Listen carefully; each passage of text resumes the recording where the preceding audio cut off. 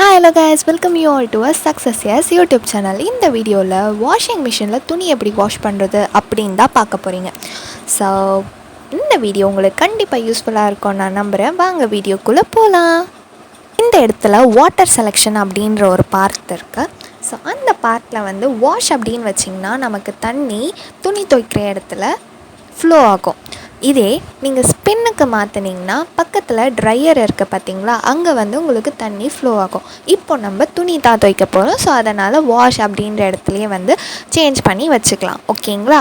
So இதுக்கப்புறமா நம்ம என்ன பண்ணணும் அப்படின்னு பார்த்திங்கன்னா, டிட்டர்ஜெண்ட்டை ஊற்றணும்.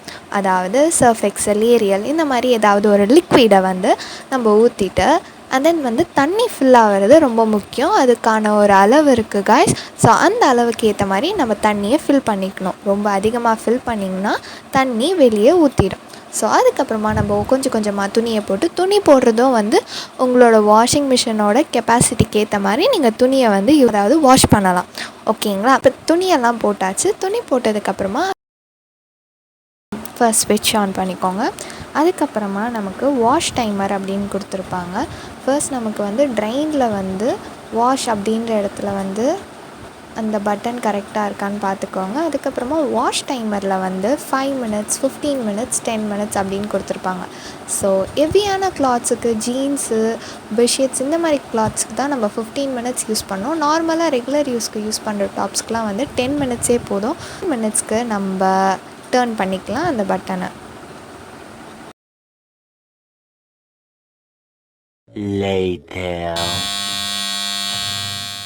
ஸோ இப்படி ஒரு சவுண்ட் கேட்டு அதுவாகவே ஆஃப் ஆகிடும் ஃப்ரெண்ட்ஸ். அப்போது நமக்கு துணி வாஷ் ஆகிடுச்சுன்னு அர்த்தம்.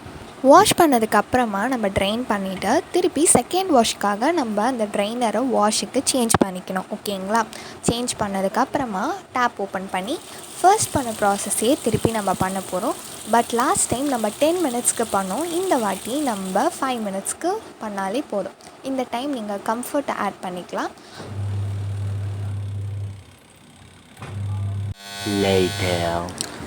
அகெயின் இந்த சவுண்டுக்கு அப்புறமா நம்ம ட்ரைன் பண்ணோன்னா நமக்கு தண்ணி அவுட்லெட்டில் வெளியே போகும்.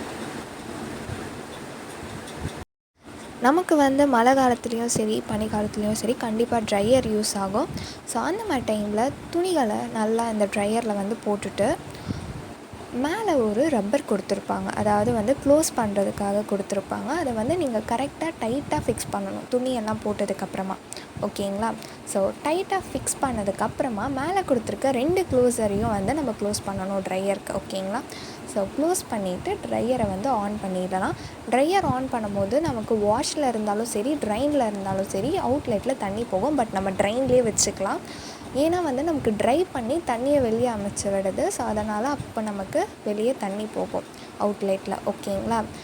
வாஷிங் மிஷின் வந்து கண்டிப்பாக ட்ரையர் யூஸ் பண்ணும்போது ஷேக்கியாக இருக்கும். ஆஃப்டர் ட்ரையிங் வந்து நமக்கு கிளாத் வந்து சீக்கிரமாக ட்ரை ஆகிறதுக்கு யூஸ்ஃபுல்லாக இருக்கும். ஓகேங்களா? ஸோ இந்த வீடியோ கண்டிப்பாக உங்களுக்கு யூஸ்ஃபுல்லாக இருக்கும் நான் நம்புகிறேன். இதே மாதிரி நிறைய யூஸ்ஃபுல்லான வீடியோஸ்க்கு, ரிவ்யூஸ்க்கு எங்கள் சேனலை ஃபாலோ பண்ணுங்கள், லைக் பண்ணுங்கள், சப்ஸ்கிரைப் பண்ணுங்கள். Success Yes channel. It's me Jennifer signing off. Bye.